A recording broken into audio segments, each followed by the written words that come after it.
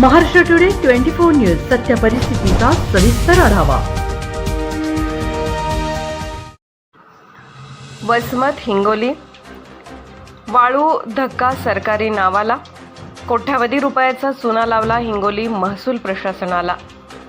हिंगोली जिल्ह्यातील वसमत तालुका कुटे पिंपळगाव शिवारातील नदीपात्रात महसूल प्रशासनाने नेमून दिलेल्या गटातून हजारो ब्रास वाळू उपसा करून वसमत तहसील प्रशासनास हाताशी धरून नदीपात्रातील दुसऱ्या गटातून दररोज 500 ब्रास वाळू उपसा करून परस्पर विक्री होत आहे।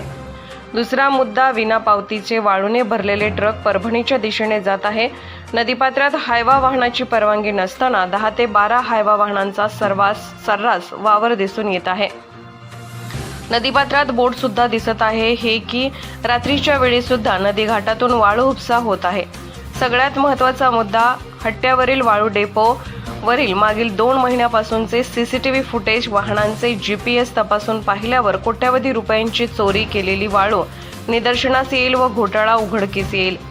तहसील प्रशासनास वारंवार लेखी तक्रार देऊनही दखल घेतली गेली नाही।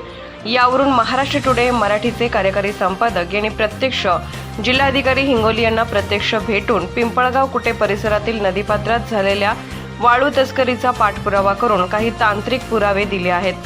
पाहूया हिंगोली जिल्हा प्रशासनाकडून वाळू माफिया व भ्रष्ट अधिकाऱ्यांवर काय कार्यवाही होईल। महाराष्ट्र टुडे मराठीसाठी व्हिडिओ रिपोर्ट मेहबूब शेख, हिंगोली।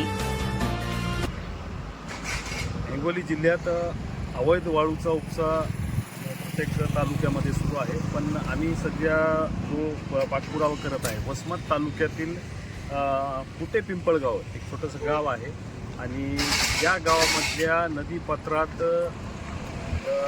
सरकारी धक्का त्याची परवानगी मिळाली होती। त्याच्यातून जवळपास 10,000 ब्रास वाळूच्या उपशाची परवानगी होती, पण धक्का मालकाने 10,000च्या वरी गावकऱ्याच्या जे रहिवासी आहेत त्यांचं असं म्हणणं आहे की 10,000 ब्रासच्या वरी हा उपसा झालेला आहे आणि हा उपसा ज्या गटाचं परमिशन आहे त्या गटातून न होता दुसऱ्या गटातून काढले गेलेले।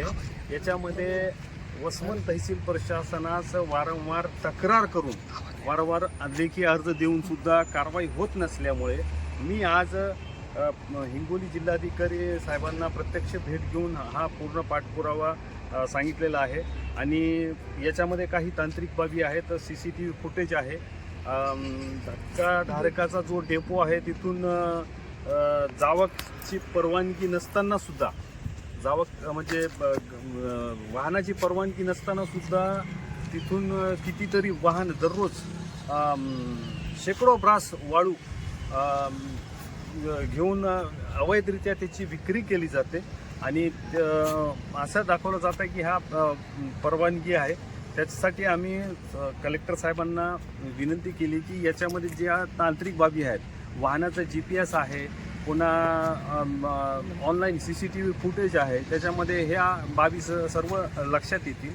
आणि दुसरा महत्त्वाचा मुद्दा असा आहे की नदीपात्रात हायवा वाहनाची परवानगी नसताना 10, 12 वाहने त्या घाटामध्ये दिसत आहेत। आणि दुसरा असा मुद्दा आहे की नदीपात्रात बोटचं परमिशन नसताना सुद्धा बोटसुद्धा त्या नदीपात्रात आहेत आणि ते प्रत्यक्ष आम्ही जिल्हाधिकारी साहेब हिंगोली यांना प्रत्यक्ष भेटून सांगितलेलं आहे आणि आमच्यासोबत त्या गावचे स्थानिक जबाबदार नागरिक आहे ज्या त्यांच्याशी बोलून त्यांनी काय केलं, कशी तक्रार दिली। गाव आहे ते पिंपळगाव। तर तुम्ही आतापर्यंत काय पाठपुरावा केला? काय म्हणजे कोणाकोणाला पत्र दिलं?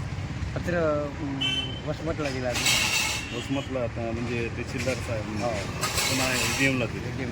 काय म्हणणं होतं त्यांचं? सांग म्हणजे तुम्हाला असं काय आढळून आलं त्या नदीपात्रात अवैधरित्या वाळू उपसा होत आहे ते कशावरून, म्हणजे तुम्ही कसं ते अंदाज लावला? आता दिसायचं ती काय म्हणजे कसं दिसायला? हां, आता खड्डे केली पहिला सोडून दुसऱ्यात टाकणं, म्हणजे ज्या गटाची परमिशन होती त्या गटाचं संपलं, हो, ते दुसऱ्या गटातून हे वाळू काढायचं। दुसऱ्या गटात अंदाजे रोज किती ब्रास वाळूचा?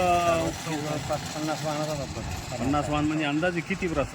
अंदाज आम्हाला काय ते माहीत नाही। तुम्ही आता कलेक्टर साहेबांना काय म्हणले, त्यांनी काय आश्वासन दिलं तुम्हाला? सांगतो म्हणजे सांगतो म्हणजे हो कारवाई करणार. करतो. आजच महाराष्ट्र टुडे 24 न्यूजला सबस्क्राईब करा आणि सत्य परिस्थितीचा सविस्तर आढावा पहा.